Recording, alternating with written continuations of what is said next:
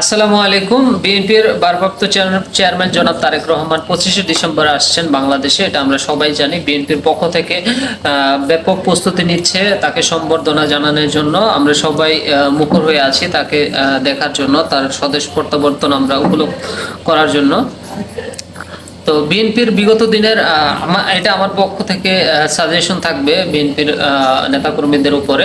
বিগত দিনে আমরা দেখেছি বিএনপির যতগুলো বড় বড় সমাবেশ পার্টিগুলো হয়েছে, সেখানে নিজেরা নিজেরা মানে জায়গা দখল বা হচ্ছে আপনার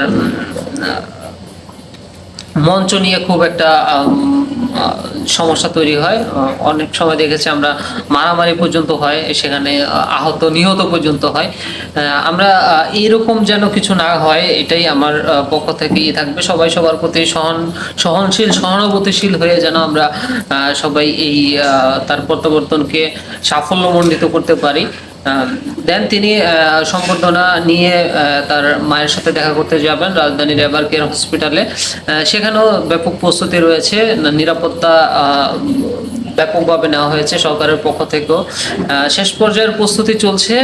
সবাই দোয়া করবেন সে যেন সহি সালামতে এসে বাংলাদেশে পৌঁছাতে পারে, এবং সবাই সবার প্রতি সহানুভূতিশীল থাকবেন, যাতে করে আপনারা নিজেরা নিজেদের মধ্যে মারামারি করে আসলে পরিবেশটাকে নষ্ট করবেন না। আসসালামু আলাইকুম।